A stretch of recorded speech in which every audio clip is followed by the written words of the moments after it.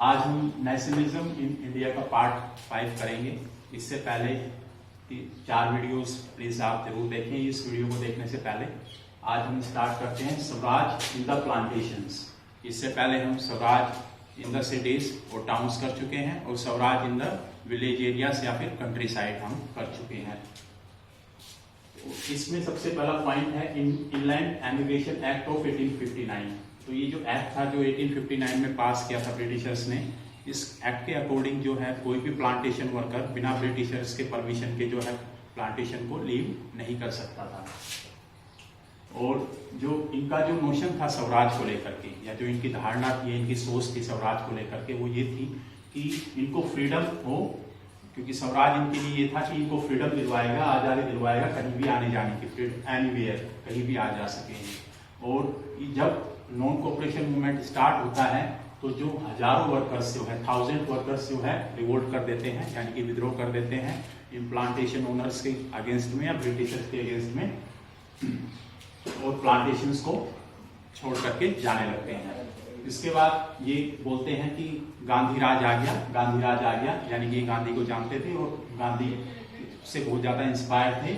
और इनके अकॉर्डिंग गांधी राज का मतलब था कि जो उनकी लैंड थी विलेजेस में, जिनको ये छोड़ करके आए थे टी प्लांटेशंस में वर्क करने के लिए, ये लैंड इनको दोबारा से मिल जाएगी और ये दोबारा से उस लैंड पे अपना जो है खेती एग्रीकल्चर कर सकेंगे। इसलिए ये प्लांटेशंस को छोड़कर चलने लगते हैं।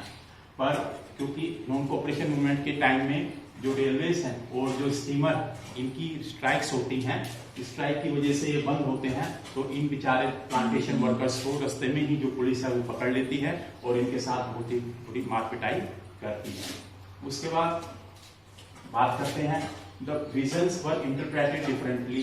तो स्वराज के जो हर किसी का जो विजन था वो सबका, जैसे हम पहले भी देख चुके हैं, अलग अलग था और लिमिटेड था उनकी ट्रबल्स तक, यानी कि स्वराज उनके लिए सिर्फ इतना था कि उनकी ट्रबल्स दूर हो जाए बस। बाकी कोई ऐसा एक यूनिफाइड व्यू नहीं था पूरी कंट्री में नॉन कोऑपरेशन मूवमेंट को लेकर के। सभी अपनी अपनी ट्रबल्स दूर करना ही स्वराज समझ रहे थे।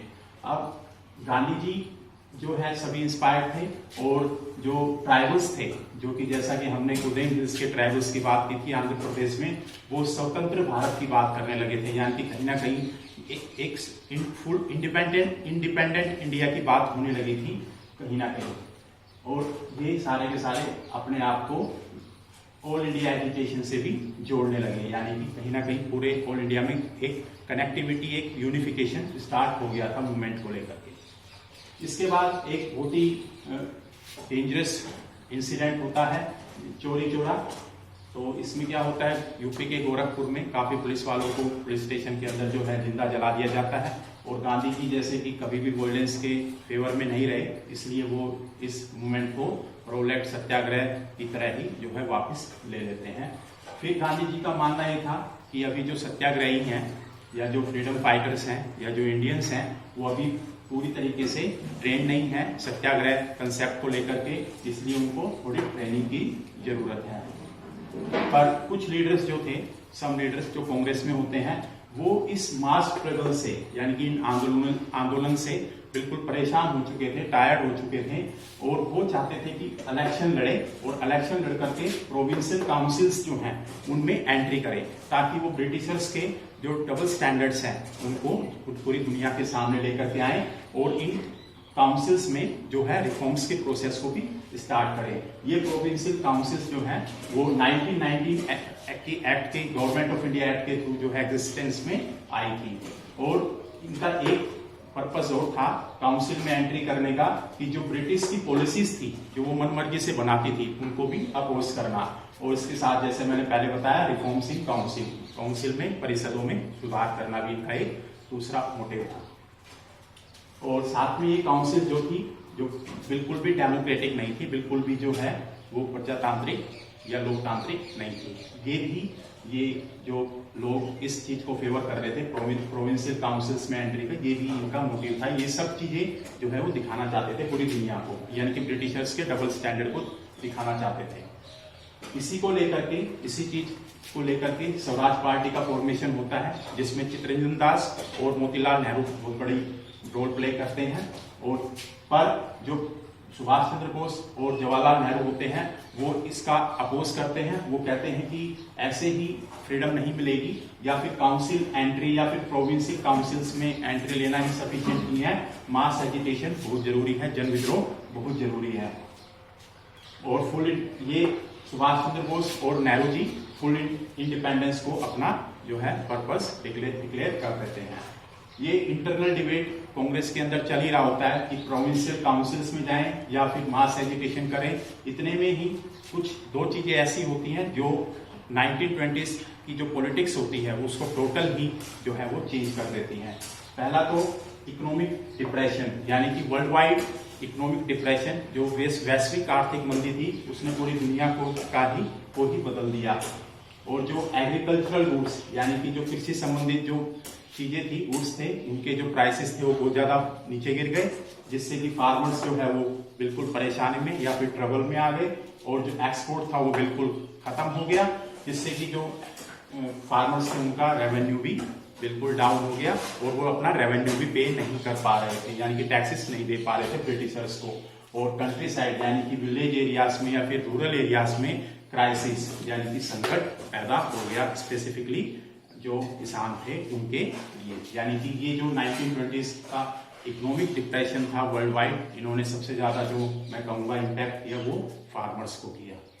तो इससे आगे बढ़ते हैं। सेकंड पॉइंट जो था वो है टोरी गवर्नमेंट, यानी कि ब्रिटेन में जो पॉलिटिकल पार्टी रूल कर रही थी वो टोरी पार्टी थी। इसमें टोरी गवर्नमेंट का यूज हुआ है यहाँ पे।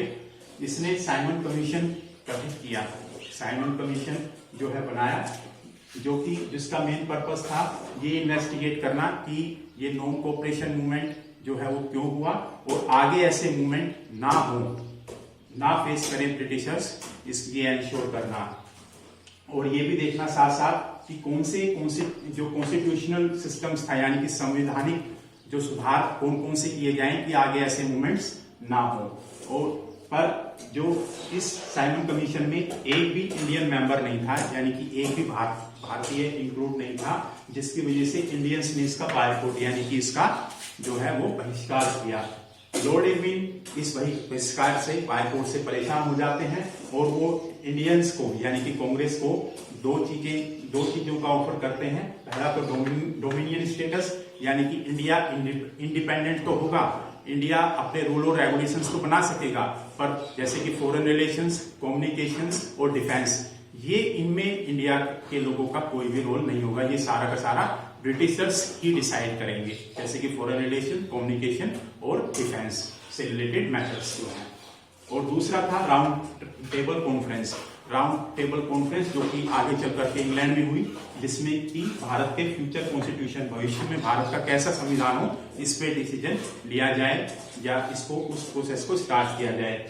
तो ये दो चीजें लॉर्ड इरविन ने ऑफर की इंडियंस को, पर इंडियंस को ये टोटली अनसेटिस्फैक्ट्री, यानी कि इंडियंस इससे बिल्कुल भी संतुष्ट नहीं हुए, बिल्कुल भी एग्री नहीं हुए।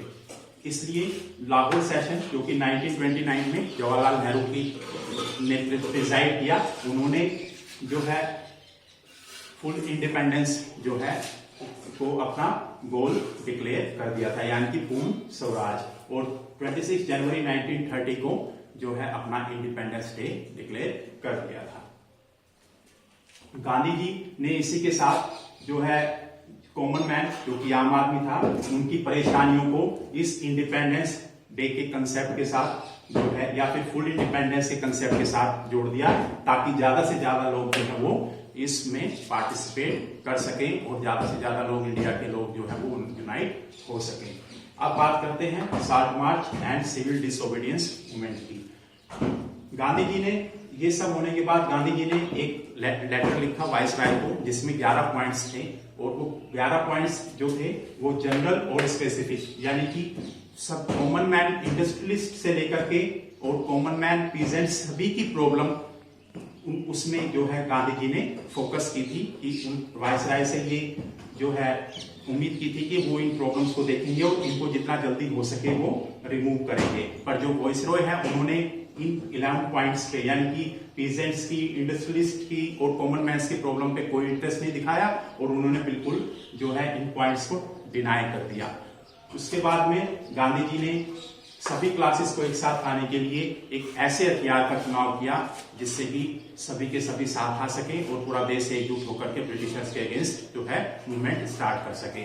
ऐसा इशू था सोल्ट यानी कि नमक, क्योंकि नमक था तो भारत का पर इसको बना रहे थे ब्रिटिशर्स, और बना तो ब्रिटिशर्स रहे थे प्लस में टैक्स भी लगा रहे थे, यानी कि हमारा ही नमक, हमारी ही धरती और टैक्स भी हम ही दें। और गांधी जी ने ये सोल्ट इसलिए भी चुना क्योंकि नमक जो है वो हर कोई यूज करता था, कंज्यूम करता था, इसलिए सभी से ये इशू सोल्ट जो है वो जुड़ा हुआ था।